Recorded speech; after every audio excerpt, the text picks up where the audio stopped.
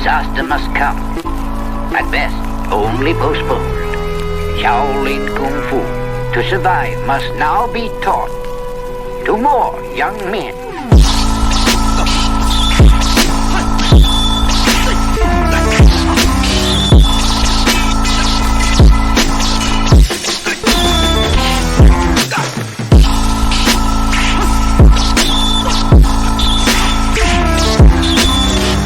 Welcome once again to another episode of Fists, Kicks, and Flicks, the podcast about martial arts, movies, and life. I am one of your hosts, Eugene Plowden, and with me this week, my podcast partner, Joe Hartley, as of right now. Holding it down. If this is your first time with us, I want you to know we are members of the Martial Arts Internet Network. On Mondays, you got Raw with Mimi and Lump. Tuesdays is CTE with Chris, Los, and Travis. Wednesdays is Fists, Kicks, and Flicks with Gene, Mike, Joe, and Angel. And on Thursdays, you can get the Inside Scoop with Alex and Jeff. For more information, check us out on all of our social media platforms. Just look for the Martial Arts Internet Network on Facebook, Twitter, Instagram, and YouTube. Joe, it's showtime. What's happening, man? You know what? The kids are off this week. Wife's off because she's a teacher. So just been getting in some quality family time. Saw my brother over the weekend and my nephew for the first time in a minute. So, yeah, I've been having some fun. Okay, cool, man. I just been chilling this weekend also, just relaxing around the house and getting everything ready for the new dojo and, going over finances and, just getting prepared for everything that I'm going to have to do in the future, For sure, man. Sounds good, though. You know what, man? All right, first off, did you listen to CTE? Not yet. I'll listen to it tonight. Okay. So, of course, Trav, I really have not said anything about Stafford at all. Of course, he had to bring this up. and it pisses me off. Okay, so number one, Trav put out something a couple days ago asking how come Matthew Stafford is so polarizing, right? And my thing is, most of the time it's because of trolls like him. That's why he is polarizing. Because, they have, people like my brother. And honestly, I don't even think Trav is a Matthew Stafford fan. I really don't. Because he just wants to be right about Matthew Stafford. That's his thing. He actually said that you and Chris Gorham are fans of Stafford. I know Chris was. Yeah, he said that you were. He said that on me? Yeah, he said you. Oh, we can have no, that's not true. So, he meant Greg. I know he probably meant Greg. Yeah, Greg is a huge fan. I call him a choke artist. Yeah. So, but my brother is a troll, and of course, like he wants me to just go ahead and say that I think that Stafford is above average player. At one point in time, he wanted me to call him elite, and I said I would not call him elite. And I just think he's average, and there's nothing wrong if you don't think this particular player is above average, then just drop it, leave it alone. But he's still trying to push the envelope and want me to say, and I refuse. I will never say Matthew Stafford is above average. Okay, it's just not going to happen for me, and that's my opinion. Everybody has their own opinion, Well, for me, I'm not a Tom Brady fan. Everyone thinks it's crazy that I'm a Michigan fan and I'm not a Tom Brady fan. Never. I don't know why I don't like the guy, but he is an elite quarterback. He was getting it done with no-name wide receivers. Mm-hmm. Matthew Stafford was padding his numbers with one great wide receiver that he could throw it up to and they would catch it. And then he had to throw 55 passes a game to get anywhere. Right. So to me, that's not elite. Elite is for you to come down to the wire and to win these games. Instead, he was winning these games as a team. Mm-hmm. This Super Bowl was a team effort. Aaron Donald doesn't. I don't care what he says too, because this was a stacked team. This was Aaron Donald doesn't get that. If Aaron Donald doesn't get that sack at the end of the game, they could have easily won that game. Right. So I mean, it was a team effort, and I don't take anything away from Stafford. I don't hate him. I don't really care for his wife. I'm gonna be honest with that. She bugs the hell out of me. If I was him, I would tell her to chill. But of course, he can't do that. So Yeah. Is what it is. And honestly, man, it stemmed from a lot of different things. Because when he was, the quarterback here in Detroit, he came in right after the 0-16 season. So he got drafted going into the 08-09 season, and that's when he got picked. And, his first couple of years he was hurt. And then he had one breakout season. And I keep telling people every time they bring that up, like, yes, he did have a breakout season, but if you look at the teams he played, they were all garbage teams. I'm not going to jump up and down and say what a wonderful quarterback he is, for beating teams that he should beat. 100%. It doesn't make any sense. One of my biggest things, I always said that I didn't think that he was very, very accurate. He throws a lot of interceptions. By the end of his career, he's going to hold the record for having the most interceptions. Right now, he's 4 behind. Right now, he is 4 behind. Because this is what he does. He's losing when he's losing a game, he gets frustrated, so he tries to force things instead of letting plays open up and letting the defense. He's not going to take what the defense gives him all the time. He's going to try and force the ball, and of course, he's going to force it to his number one guy. So all you got to do is say, "Hey, double, triple team the number one guy." Eventually, he's going to get upset and throw it. Yeah. But my brother does this not just with Matthew Stafford. He does this with other people, like Michigan State. I never cared about Michigan State. I did not root against Michigan State for most of my life. I didn't care. Like, it's just like Eastern Michigan. Not me. Like, I never cared about them. Like I don't root against Eastern Michigan. I don't root against Western Michigan. I don't care about those teams. I don't watch those teams. So Michigan State was like that for me also. And then it was him trolling me that made me now I'm like, okay, fuck Michigan State. I don't care nothing about them. I will never root for them. I really don't. I will never ever root for them because of my brother and other Michigan State fans. They make me not like that. He did the same thing with Michael Jordan. So my brother is the biggest troll that I know. So anytime he does not want me to like a particular person or a particular team, he likes to troll me about that person till I get to a point where I really don't give a shit about that person no more. Excuse my language. So Matthew Stafford, okay, congratulations. He got his Super Bowl on a championship. You know what, Joe? Jared Goff also went to the Super Bowl with the Rams. Yeah. So I'm not going to sit up and say that Matthew Stafford did something that was unheard of.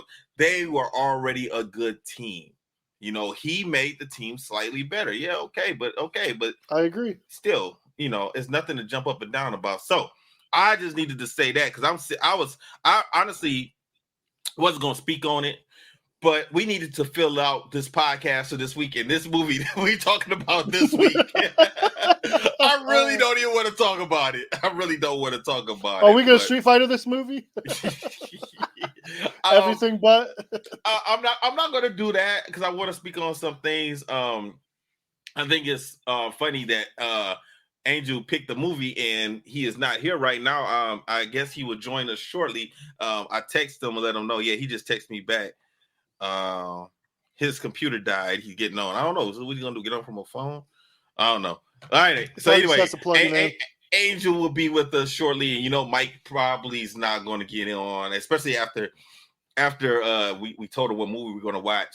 But we can't. He didn't have anything good to say about it. That's for sure. But that's what I want. I want him not to say good things about this movie because if we just had movies that we all liked, this would be a boring ass podcast. So we got to make sure that we have to have debates and watch different things. Some things you're gonna like that I'm not gonna like, and vice versa. And it's the same with everybody else on the show, Angel and Mike. We are not all going to agree on every single type of movie, and that just makes for a better show by us not agreeing. And eventually, 100%. we might have some fights about these movies. So it is what it is. All right, man. Let's talk about it. So we're watching Black Belt Jones. This was the first time that I have ever seen this movie before. And I'm not really a fan of this movie.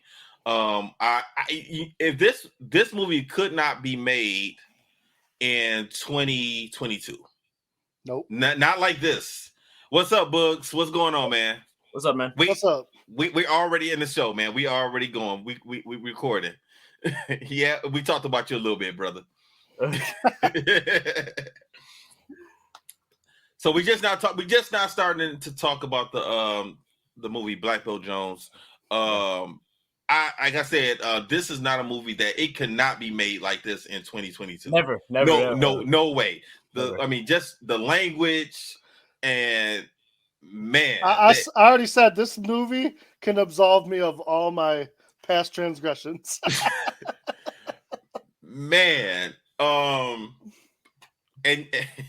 Angel, this was your movie. This was the movie that you picked, brother. Was this a movie that you were? Are you a fan of this movie?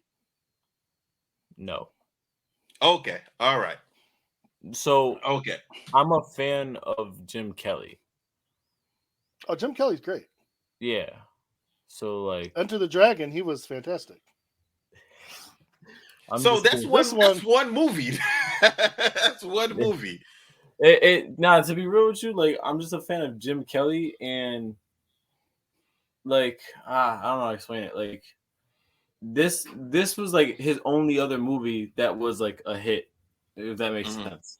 You know what I mean? Like he's only known for Enter the Dragon and Black Belt Jones. That's it. I gotta tell you, man. It kind of messed me up when Scatman Crothers came on the screen. Because to me, this is Hong Kong Phooey and Jazz from Transformers. So when I heard the voice, I immediately knew he was Phooey. Oh my god! Yes, when I heard the voice, I said, "Wait a minute, that's Hong Kong Phooey." You mean to tell me Hong Kong Phooey is a pimp? Jazz from Transformers is a pimp. He's a gambler. Oh my gosh! You know, it kind of messed me up. Gene, how did you even figure that out? I cannot. Okay. Honestly, I watch both those shows, and I'm usually good at that. Man, that kills me that you figured that out. Because you know what? You know why, man? Because as a kid, I ain't gonna lie, man. I always thought Jazz was a black Transformer. I always thought he was black. So when I'm watching the movie, I'm like, I knew he was black. You know. So so good. And then I immediately went to Wikipedia and I looked it up and I said, yes, I was right, you know. But yeah, I mean, I can hear. I'm a cartoon guy anyway, so once I heard his voice, I immediately knew that this was Hong Kong Phooey and Jazz, and I was just like, wait a minute, hold on, this is what he's doing. He's a pimp, he's a gambler, Makes sense. A pimping martial arts instructor. Okay, all right, that's something new. I wasn't expecting that. All right. So anyway, the movie starts off and we see the mafia. They are dealing with a guy who is actually an undercover police officer or agent. They didn't really say what agency that was investigating the mafia. So I really didn't know if they were FBI or police. It has to be FBI. Okay. Well, anyway, he has some pit. What'd you say, Angel? That was CIA. I'm not sure. Well, some government organization, some authority people. And this guy's undercover. And he has some. Now, did he have some pictures that they wanted? Yeah. Now, what did they ever show what the pictures were of? Because I remember them talking about it, but they never. I thought they were going to get to that point. No, they never showed them, but it was whatever it was incriminating against them or embarrassing or something like that. Okay. So we see the pictures. We see that he has pictures, and there's also some money.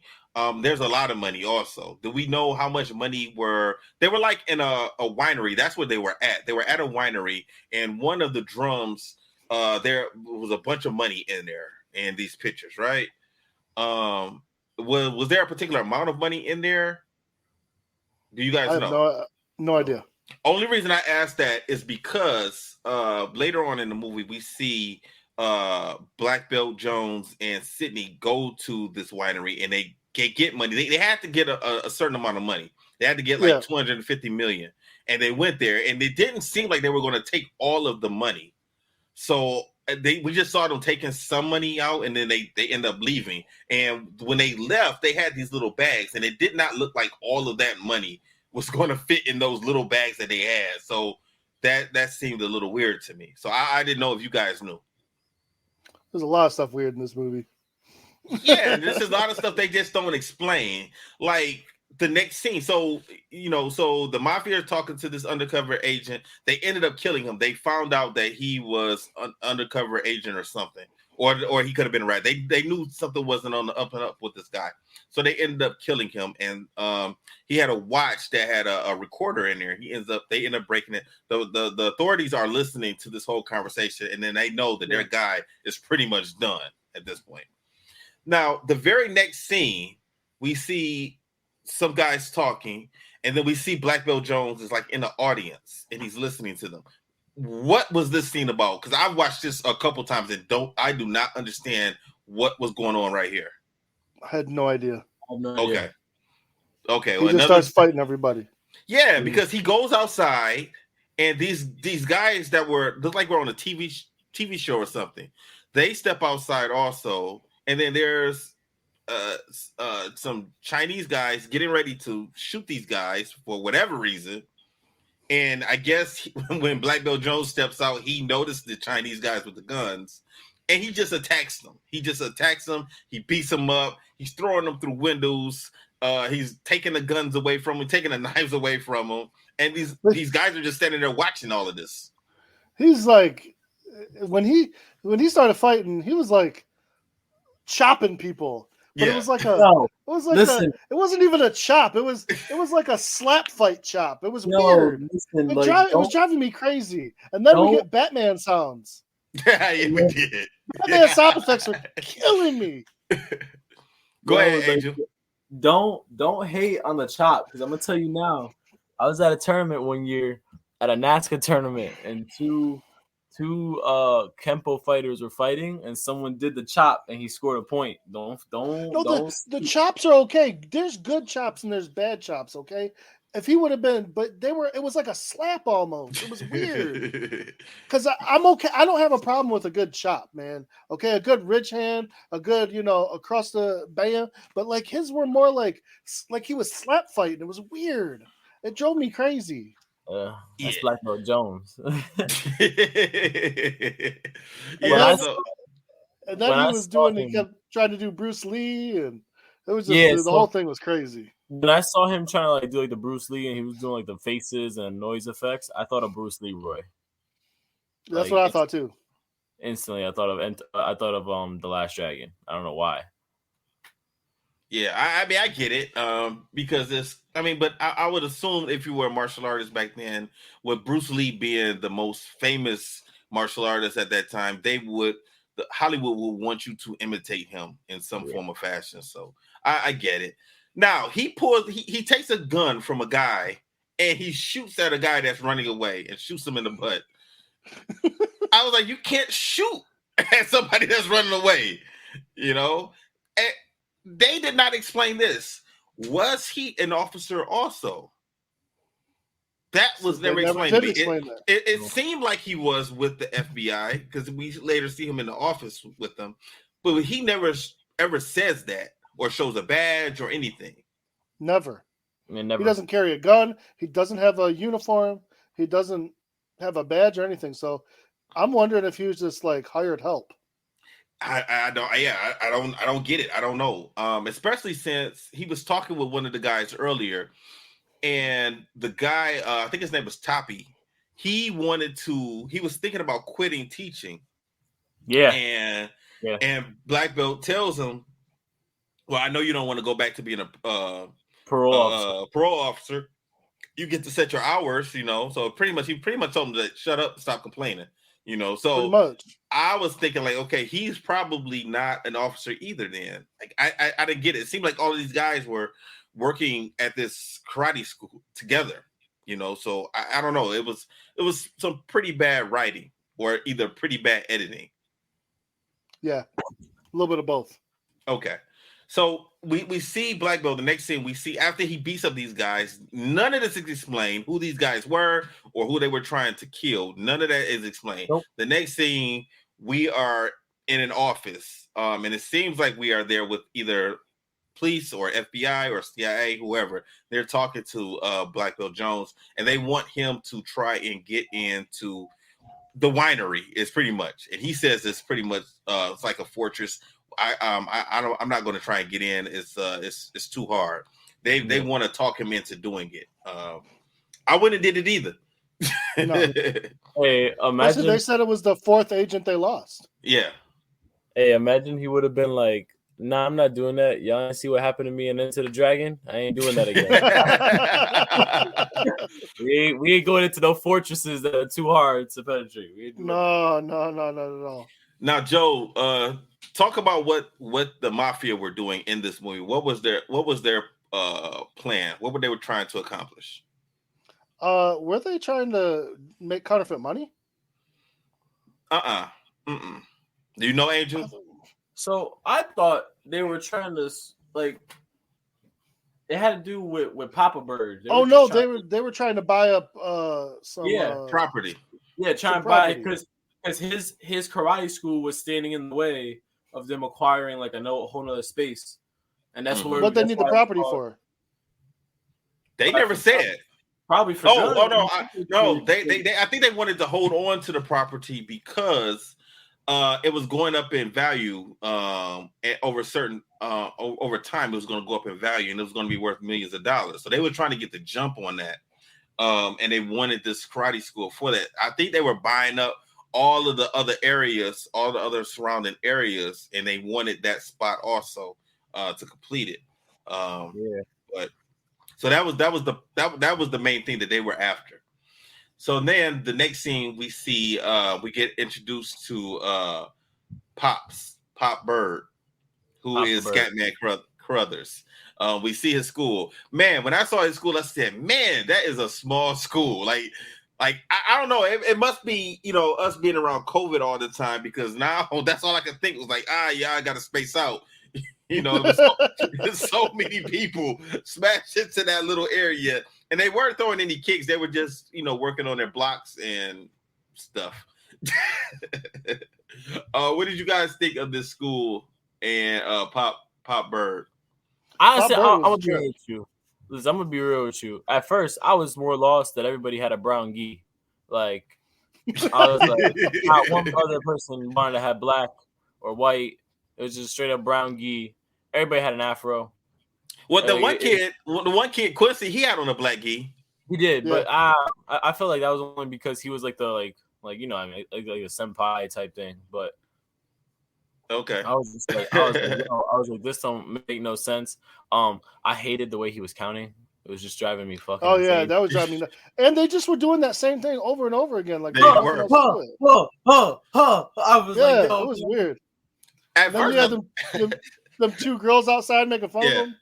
At first, I thought that was Richard Pryor. I was like, I go have Richard Pryor in this movie. I said the same thing. I was like, they got Richard Pryor in here doing. That would have been a trip. That would have been a trip. But it wasn't. It wasn't him. Dude, I honestly I hated watching anything in the karate school. I hated it so much. Then I started hating it because then I was like, these people only got a curtain that separates the karate school and their house. Like that's all you got. Like, come on, man. So let's talk about Pop Bird. So basically, he owns this karate school, and he hadn't been teaching because I think Toppy comes in and asks him, like, "You haven't been teaching in 3 weeks." From when we find out he's a gambler, and this lady, he's a Lucy, womanizer. Yeah, he's a womanizer. Thank you. I did not want to say what I was just about to say. Thank you, Joe, for saying. Trust that. me, it was up there, but I'm gonna be good today. I'm gonna let the movie do all the talking for me. Yeah, so he's a womanizer. He had a woman in the back, Lucy, who wants to marry him for whatever reason. She wants to marry him, and Pops doesn't really want to do that. He doesn't want to settle down. He likes being, I guess, single and just doing his thing with no no distractions and limitations. No, I'm sorry. I'm just laughing because when I saw this movie and I started seeing that, I was like, damn, times ain't changed for shit, man. It just stuff that just keeps going like full circle sometimes. It's just so sad. I was just watching that. I was like, Pops Okay, over but here. you know what? They got me with that because they hit on every single stereotype in this movie. Yeah. And I'm sorry, I don't care what karate school you go into, it's gonna be better than that. They made the karate school look so janky and bad. Yep. I'm like, no, no matter how crazy it is or how the times, it's still going to be a place full of discipline, and you're not going to be acting a fool. And these people were all, including Pops, acting a fool. Yeah. So now the next scene, we see some guys who are pretty much, I guess they're supposed to be like this movie's version of the Black Panthers. They go to see Pinky, and Pinky is a big time drug dealer, pimp, gambler, just everything. He has crime cornered. Like he cornered the market when it comes to crime. He's doing everything right, and these guys want him to stop selling drugs, and he pretty much beats these guys up. Then I noticed one of these guys is Isaac from The Love Boat, and I said, "Wait a minute, this movie is tripping me out," and I was sober too. I watched this movie sober also. I didn't have anything in my system, and I literally was laughing hard when I was noticing all these different things. Oh man, the people they had in this movie was killing me. Yeah. So they pretty much beat up Isaac and his friends. They beat these guys up and get them out of there. And I did not want to see. They looked like they were about to play pool, and they were going to knock his teeth out. I cringed when I saw that part because I didn't want to see that happen. But he got saved by the mob. He got saved by the mob coming in? So they told him get him out of there and try to make things look good for the mob. Was it the Italian mob or what were they? Yeah, they were. Okay, so he said make room. The Italians come in. So Pinky has everything on lock, but apparently he's in debt or to the Italian mob. He works for them. But he was in debt because they came in saying they'll wipe the debt clear of $250 million, which is a lot to be indebted to, by the way. If he goes and gets the dojo, the lease to the dojo. Yeah, I think they were lying to him. Because he said, he said, and he turned around and would do the same thing. He did the same thing to Pops also. That was killing me. He said, Pops owes me $1,000, and then he kept changing it. Yeah, he kept changing it. Yeah. So the mob wanted this building. They wanted this karate school. So they sent Pinky to go talk to Pops about getting it. That's the whole thing of this movie. They want this building, and they're going to send Pinky to go do it. Now, Pinky goes there to the dojo, and he just asked where Pop is, and next thing you know, a fight breaks out with everybody. Yeah, that's what I said. They told him to take his shoes off, and he's like, "Yeah, well, don't tell me to take my shoes off." And they said everybody starts beating him up. Yeah, and next thing you know, a fight breaks out, and it's ridiculous. Now, this is my problem with the fights. I don't know if you guys noticed this also, but there were multiple fights, like right back to back. This scene here, and then because this is in the daytime, they come back later on in the night. Not one time do they have any marks. They're not broken up. They don't have any busted noses. They don't have any black eyes, no missing teeth or anything. And these guys all get beat up. This was a low budget film, man. There was no room for makeup. I had to lower my standard watching this movie. What are you talking about? Yeah, so this fight breaks out. I'm laughing at Pops. Pops is out there fighting also. Pops thought he was Black Miyagi. Yeah, he's out there beating everybody up. When he started going, I was like, "Oh, look, he was totally Miyagi." Oh, that was my favorite part. It was killing me. Lucy, she's watching from the curtain, and she's enjoying what she's seeing. Also, she's getting turned on. Yeah, she's getting turned on back there. But yeah, man, these guys are getting kneed, they're getting slapped, they're getting hit in the throat, and I was just like, wow, none of these guys are busted up, like they're not bleeding or anything. Right out of there, though. Yeah, they end up leaving. right after that, we see Black Belt Jones. This is another weird scene because he's standing there and he's looking at girls on a trampoline, and they're just bouncing on the trampoline, and we just see him standing there looking at them, and then he just runs away. I was like, "What? How do I talk about this? Like, what is this?" You know what it made me? I thought maybe he was special, like the Last Dragon. What do you mean, special like the Last Dragon? Remember how he was like that, where he couldn't really talk to women? Oh, Bruce Leroy. Yeah, That's the first thing I thought. I was like, okay, maybe he is a Bruce Leroy case. But I realized, no, that's not the case. He's just weird. Yeah. Then he gets a phone call, and it's from Toppy, and they let him know that Pinky was there, and they tell him that he needs to get over to the dojo. Toppy and Pops are talking to each other, and he's just trying to get him to, start teaching more, be more active, and chill out. Pops doesn't really want to, and then I guess. I didn't understand this part either. He said that Black Belt Jones got them the grant to open up the school or whatever, and then they needed to work on the new one for the new year or something like that. Pops gets up, saying, "Yeah, I got to go get the paperwork." You think he's going to get it out the office? He ends up taking off and leaving. Yep. I didn't get that either. But we find out where he goes. Yeah, it didn't make any sense, did it? Yeah, I was lost when that happened. You figure it out later because he talks about it later. Oh, you might have to explain that one to me because I think I missed that. It's simple. He takes off and he goes gambling. Oh yeah. He takes off. He goes gambling. Pinky and his crew meets up with him. Wait, hold on. Before we get there, Black Belt Jones, he does show up at the dojo, and they think Pops is in the back, and that's when Toppy pretty much tells them like, "Hey, Pinky said that they're coming back, so don't lock the door, leave the door open." And they want to go talk to Pops, and then that's when Pops ends up leaving. Yeah. Anything else, guys? The next scene is that fight scene that I thought was hilarious as hell.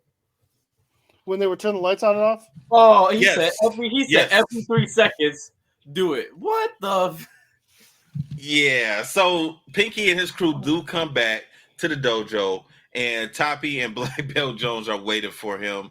The lights are out, it's dark. They come in, and then the lights come back on, and then Black Belt Jones will jump out, do some punching and kicking, then the lights go back out. And we hear them talking like, "Hey, don't shoot me, don't punch me, this, that, and other." Then the lights come back on. He'll hit him again. Did you guys notice that one of the scenes when the light came back on, Black Belt Jones was wearing a hat? Yes. Yeah. I told you. If this movie was marked as an action comedy, I'd have been like, perfect. But I don't think it was meant to be that way because I laughed more through this movie than I did than some comedy movie. He out of nowhere had a hat. I thought he was a mannequin. I was like, what is going on? Yo, it was that, and it was at one point the lights turned on and someone actually had him, and then they got beat up. And then the next scene, he said, "Pinky, you shot me." And I was like, what are you talking about? Yeah. Then Pinky and this crew end up leaving when Black Belt Jones tells Toppy to get the dogs out, and they end up running out. Now, so I was thinking, so this is what I was saying, like, man, Pinky got beat up twice. Him and his crew got beat up 2 times. And still, like, they don't look disheveled, they don't look hurt, their clothes aren't torn or anything like that. They don't even learn their lesson at all because they keep coming back. So they didn't they didn't see Pops here at the dojo. So I guess they kind of figured they know where he is, and he's off gambling somewhere. And they go to this bar or whatever, and there's somebody else there. Did you recognize the woman who was the bartender? That was Florence from the Jeffersons. Oh my Lord. I said, man, they got some stars in this movie. Well, this is actually before they were stars. So she's there, and they talked to her, and they wanted to know where Pops was. Well, they asking who was here, and she eventually says that Pops is there. They end up going into the back, Now this bar has people in there, so everybody knows who Pinky is. They see him and his crew come in. They see him all go to the back. When they get to the back, they tell Pop's crew, who he's gambling with, to leave, and it's just them and Pops. And then a fight breaks out. This was the most ridiculous fight ever, even though it was kind of realistic, but it still was stupid. Yeah. Because of all the fighting that's going on, Pops got punched in the face 2 times and was dead. That's it. But now he couldn't take it. This motherfucker was just in the game fight 2 scenes ago. What do you mean he couldn't take it? No, but listen, before that, when they asked him about the dojo, he said, "That's not mine, it's Sydney's." Right. So that's why he left. He can't do the paperwork because it's Sydney's. Sydney has to do the paperwork. Nobody else knew that until now. Right. Now, but that wasn't my problem. My problem is him getting punched in the face 2 times. No, I agree, but I'm just telling you, you were asking earlier. That's why he couldn't do that. Okay. That's why to get the grant, it has to be Sydney who does it, because he at one point had to probably transfer for whatever reason. Maybe she paid him. I don't know. But he had to transfer that to a daughter that nobody knew about. That doesn't even make any sense, because when we find out, so Sydney is his daughter, and we find out later on that Sydney ain't seen him since she was 5. Yeah. So that was 20 years ago. So she doesn't even really know her dad. She even says that to Black Bill Jones, like, "I'm jealous of you that you got to know my dad and I didn't even know him." But you know what? He probably was pulling a credit thing or something. Maybe he had all his line of credit was garbage from gambling, so maybe he jacked up her credit. That's probably what he did. She probably changed it to her name so he could get a line of equity or something. Yeah. So that's crazy. The next thing I was shaking my head was all of these people that were in that bar. They saw Pinky and his crew come in. The people who were back there with Pops ended up leaving. Everybody know that Pinky just killed Pops. Oh yeah. And they just kept all of that quiet. Of course, they don't want to be dead. That was crazy. That was crazy. Next, after that, we see the funeral scene. One of the good, not good parts, but one of the interesting things that I liked about this funeral scene that we don't see in most movies and TV shows. Anytime there's a funeral scene, only thing we really see are people at the gravesite. This, we actually see them having the ceremony, like in a church area, and then we see the grave scene after. I thought that was interesting that they did that for this movie. You guys got anything you guys want to add to it? No, everyone meets Sydney for the first time over here. Yes. She wants to know what happened. She's asking around to try and figure out what happened. Mm-hmm. So we find out that Pops has a daughter that he hadn't seen in 20 years. Also, she can fight. Now, this was ridiculous. Because Pops did not train her. Well, he did when she was a little girl. But now she's grown. She's about 25 years old. She could not have maintained all of that information since she was a little kid. And she was the best fighter in the movie as far as I was concerned. Right. So I was wondering, like, who trained her? Where did she get her martial arts skills from? I wish it would have explained that a little bit better. Okay, next thing. Next we see Pinky. He ends up going back and talking with the mafia. Now he's not only talking with the mafia, he's talking to the Don also now at this point in time. And they want the building. They did not want Pops to die either. So they really weren't happy about that happening. Pinky ends up telling them, "Don't worry, we're going to get the building." We got beat up a couple times, but I got some heavy hitters that are coming in, and we're going to take care of them. Now, another part that didn't make any sense. One of these guys that Pinky brought in picks him up and like kind of hugs him and lifts him up in the air. Did you guys see that part? Did you guys pay attention to that part? Yeah. And the guy says, "Your pants are wet." And I didn't understand that either. And then he puts him down. And then he rubs his pants, and then he smells his hands. And then he just kind of walks away. Like, I did not understand that shit at all. I thought it was Nasty. just some old, 1970s language I don't understand. I don't know. Because I know. I don't want to understand it. I was about to say, I know me today. That's a whole different conversation we're going to have. If you touching me in my pants and you smell your damn hands because you think I'm wet. Man, I don't care who it is, but somebody, if I see somebody for the first time in a long time, and I give them a dap or something like that, they better not fucking pick me up. I'm gonna punch you. I'm going to punch you. Get me a hug and then picking me up like a doll. Like that's crazy. But that's what happened to Pinky. And they don't even explain why. They don't even mention or anything or say anything as to why his pants were wet. We never see him get wet at any point. So like it's not like we saw Black Belt Jones kick him in a pool, so I don't understand like why was that dialogue in the movie. That made no sense at all. It's weird. Right after that, the funeral is pretty much ending, and they asked Quincy, the young kid, to take Sydney back to her hotel, and he's trying to take her, but she does not want to go there just yet. She wants to go to Pinky's place. And she tells Quincy to take her there. He does. He listens to her, even though he shouldn't. He does it anyway. She goes in, and a fight breaks out with her against Pinky's guys. Man, the language in that part of the movie also was off the hook. Man. Can't talk like that nowadays. No. Unless you're doing a low budget hood movie. I mean, that's it. That's the only time you're gonna use some of that language. And she said that was some inflection, man. Yeah. She said straight up, I'm gonna make you look. Yeah. That's all I'm gonna say.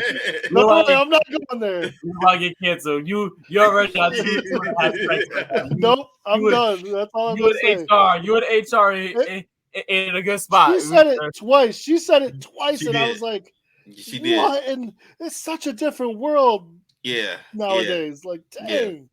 So she beats up all these guys easily. They thought because she was a woman, they were going to be able to take her. But no, she's pretty bad, and she kicked all of their butts. She has some good. She has some good kicks, man. She was doing all right. Yeah, she was. Now Quincy ends up going back, and he ends up telling Black Belt Jones and Toppy what he saw. He said that he lets them know that she's a good fighter, just like them. They were pretty upset. Like, why did you even take her there? But he didn't have a choice. Black Belt decides he's going to go talk to her. Pinky ends up going back to his club, his hangout, whatever, and he sees his guys got beat up. So he is a little bit pissed off about that, and now he wants to go see Sydney. He wants to get revenge. So he ends up going back to the dojo with his new group of guys. Now they didn't explain if these guys had any type of martial arts skills or if they were just some thugs, because these guys beat up the whole karate school, the whole school up. What is with movies in the 70s where a whole karate school just gets beat up by two guys? Well, this was more than two guys though. I know, but it's always two or three guys. It's crazy. Technically, if you watch No Retreat, No Surrender, that Jean-Claude Van Damme beat up the whole entire team by himself. I'm just saying. How many times did Bruce Lee beat up a whole karate school? Oh, come on now. That's how many times? Three Ninjas. Grandpa beat up the whole karate school in Three Ninjas? That's like one of his most famous scenes is beating up a whole entire karate school. Come on now. I'm just saying these karate schools need to reevaluate their what they're teaching. They don't got a good system in place. That's their problem. Exactly. You ain't coming into my karate school, one person, and beating up my top 12, 13, 14 guys. At that point, I'm telling someone, go get a knife. Not happening. At that point, I'm telling someone, go get a knife. I'm just saying. We obviously cannot handle him with just our hands. I'm gonna have to quit as an instructor because one person just came in and destroyed. You now own my karate school because what's the point? So after they beat up the whole school, they end up taking Quincy with them. Yep. And now they want money in order to get Quincy back. Now is this the 250,000 that they wanted? 250 million. By the way, 250 million. This is where Okay. The $1,000 that Pinky said that Pops owed him, then it turned into $11,000 when he, Right. And even Pops was like, "No, that was 1,000, not 11." And then he comes to the karate school and says, "Now it's 41,000." Yeah, he did. What? And not only Those are such a big jump. Not only that, he did. Then he started adding in the damages to his place. He started adding in hospital fees to the guys, and he just put that number all the way up. And he said that they weren't going to get Quincy back until they paid this money. So they end up telling Black Belt Jones, and he comes up with a way to get the money. He comes up with a plan to get the money. Either one of you guys want to explain this plan? They're going to steal the money from the Italian mob, give it to Pinky, and have Pinky pay the Italian mob with their own money. Right. So what he ends up doing, he goes back and he ends up getting the bouncing girls, the trampoline girls, and he's going to bring them into this caper also. Like they have training. Oh yeah, is that what I forgot? They were training to do this whole thing, and all they had to do was jump on a trampoline, take a couple of pictures with a camera, a Polaroid camera. Yeah, and that's how they got past the cameras, which was killing me. By the way, they put up a Polaroid picture in front of the camera. Yep, and the Italian mob did not realize that they were looking at a picture and not actual live footage. Yeah, they didn't notice that. So they end up breaking. It's crazy just because like back then, people would have been like, "Oh, that's so smart." Man, you see that now. You're like, no, man, you need to get like a video. You need to like panoramic vid, like make sure you stick it up. Like it's got to look believable. And he hired the trampoline girls for $5,000. And the teacher got 10. They were super excited about it. They were like, oh. Yeah. Meanwhile, he was getting like 100,000. Right. Yeah, so they found a way also to disable the alarms also. So they sneak into the winery, end up going, and they end up getting the money. Now, I did like this part of the movie. They not only did they get the money and found a way to break into the winery, but they also disabled the mafia's cars. And you don't really see that type of stuff. I like that when they did that in the movie, because that was a smart thing to do so they don't get followed by them. So they end up breaking in. They end up going to that money that we saw at the beginning of the movie, and they end up stealing it. Now, like I was saying, like they couldn't have taken all of that money, because when they ran out, they only had like maybe 4 little bags, and they were tiny bags. They weren't big sacks or anything like that. They were small little bags, and they ended up taking the money. Now they did get the okay to do this from that FBI or CIA agent. Black Belt Jones told him what they were going to do. He wanted to send some men with them. He said, no, I'm going to take my people, a small army of my people, and take care of this. There were some fight scenes that happened in this part of the movie, but it's it is what it is. Yeah. And he ends up going to go see Pinky. He ends up giving him the money, and in exchange for Quincy, he wanted to do it at the same time because he really didn't trust them. He thought that if I give the money, they were going to end up shooting us anyway. But Pinky said, like, you're going to give me the money or we're just going to shoot him right now. So then they started beating him up. Now, Sydney was there also. She was outside. She didn't go inside. When she saw Pinky leave with the money, then that's when she decided to come in, and she decided to help Black Belt Jones, and they started fighting, and they got Quincy out of there. You guys got anything else? No, it was pretty self-sufficient. Yeah. Okay. All right. Now,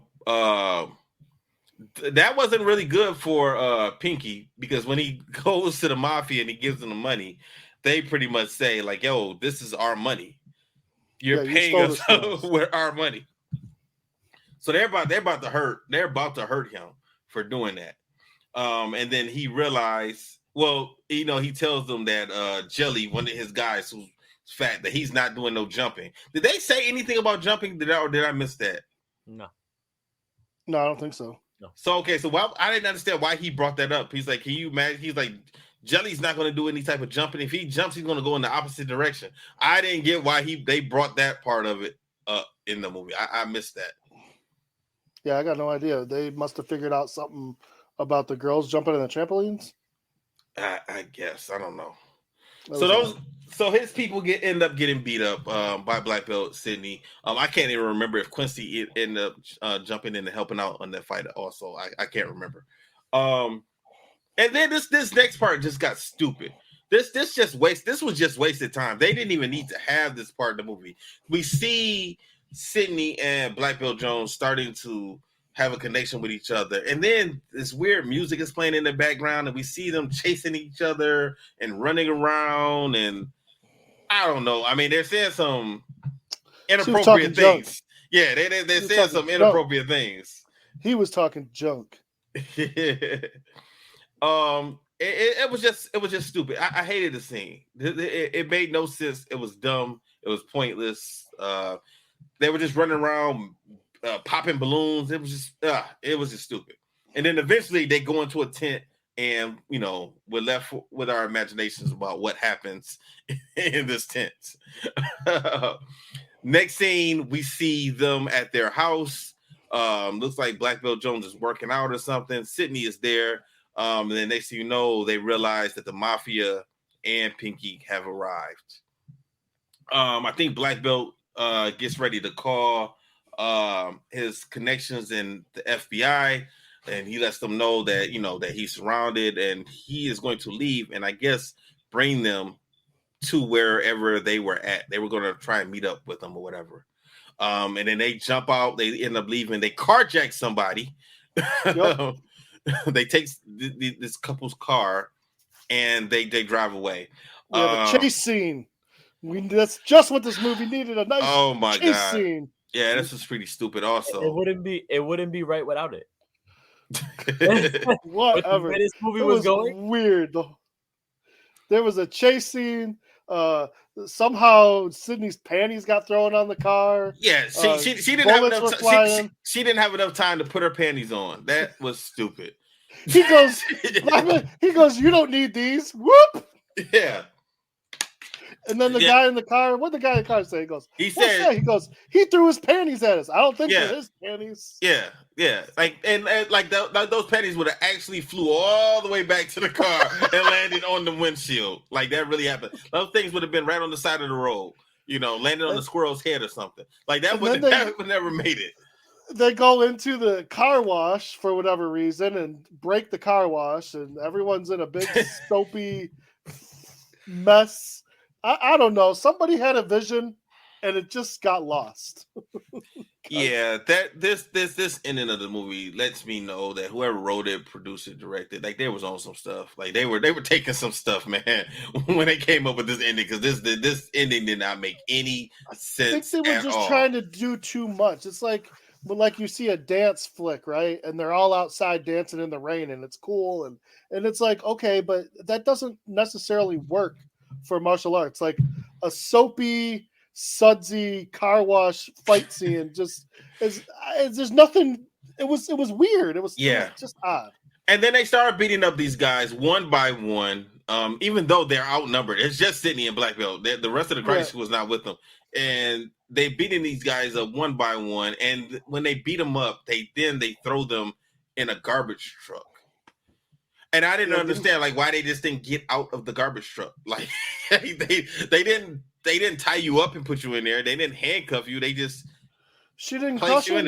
She didn't do. Well, one guy got crushed because his leg was hanging out, and he screamed, and she just kind of went, well, But the other guys, they were just constantly just getting thrown in there and just stayed. I don't know. That was weird.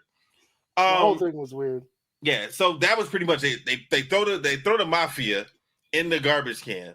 I mean, in a garbage truck, and then that's when the FBI eventually come, and they're all going to drive away. And I was thinking, okay, this is the end of the movie. Like, this is probably going to be the end of Black Belt Jones, because the Mafia is not going to let you get away with doing that, throwing us in the garbage can, and that's it. That's not Nah. Now we know why there's no sequel to this movie. Actually, I think there is. What? I think there is. Wait, hold on. I thought I saw one. Hold No. on. I thought I saw one. I was about to be like, so we're not gonna watch 2, 3, and 4. Are you serious? We know what? No. He wasn't offed by the mafia after what he did, threw him in a garbage can. He survives. They made Black Belt Jones 2. They made Black Belt Jones 3. Then they Oh my said, God. then they made another movie and said Black Belt Jones 3 actually doesn't exist. This is the real Black Belt Jones 3. So they made Black Belt Jones 4. What? What are you talking about? No, for real. They made Black Belt Jones 2, then Black Belt Jones 3. But then they made another movie because Black Belt Jones 3 didn't really have nothing to do with 1 and 2. So they made another one to make it tie into 1 and 2. Oh my gosh. Okay. All right. Are they all Jim Kelly? Yeah.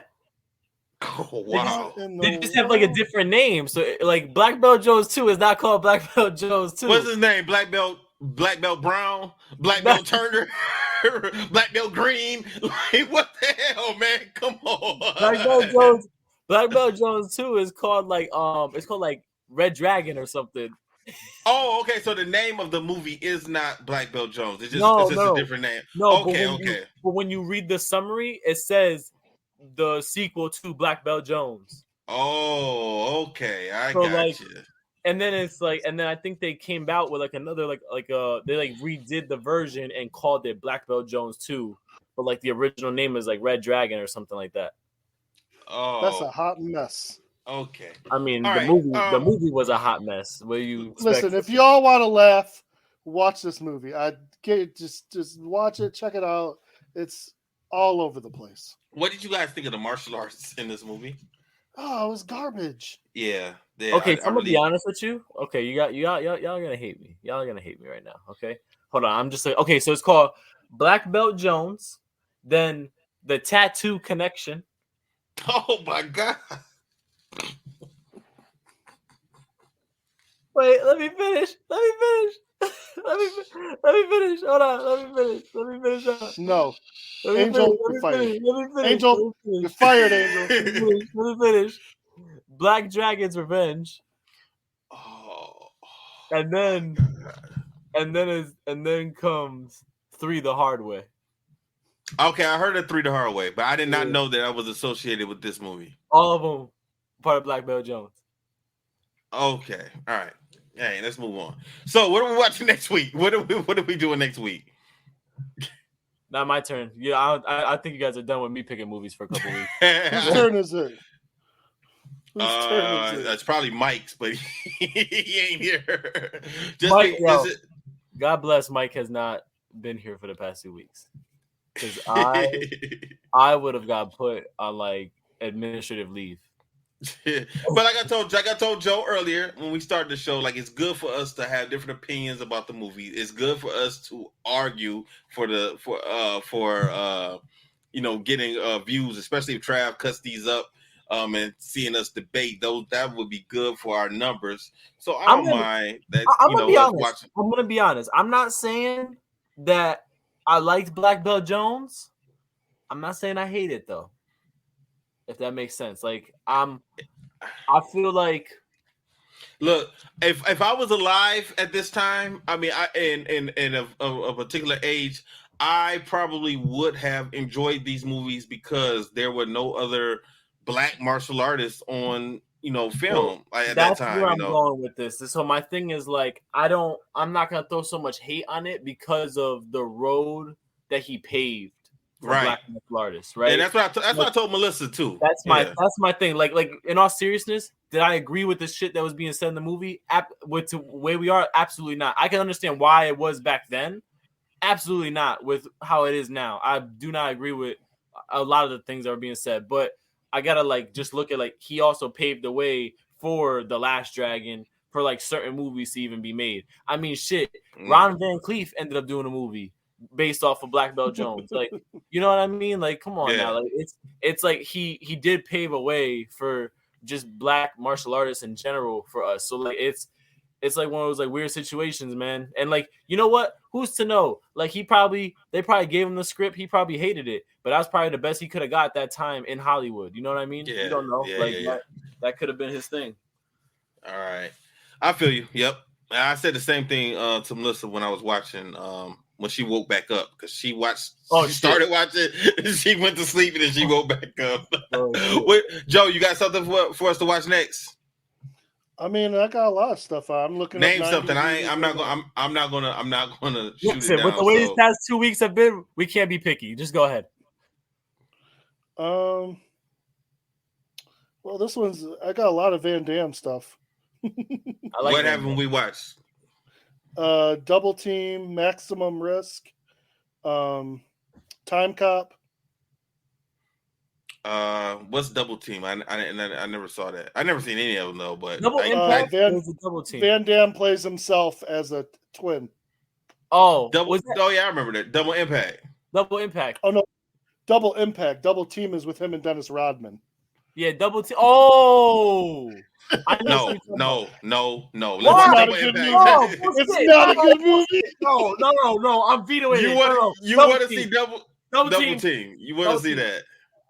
All right, you You got to already deal with watched- Mike. You got to deal with Mike. I'm not dealing with Mike. You're dealing with Mike.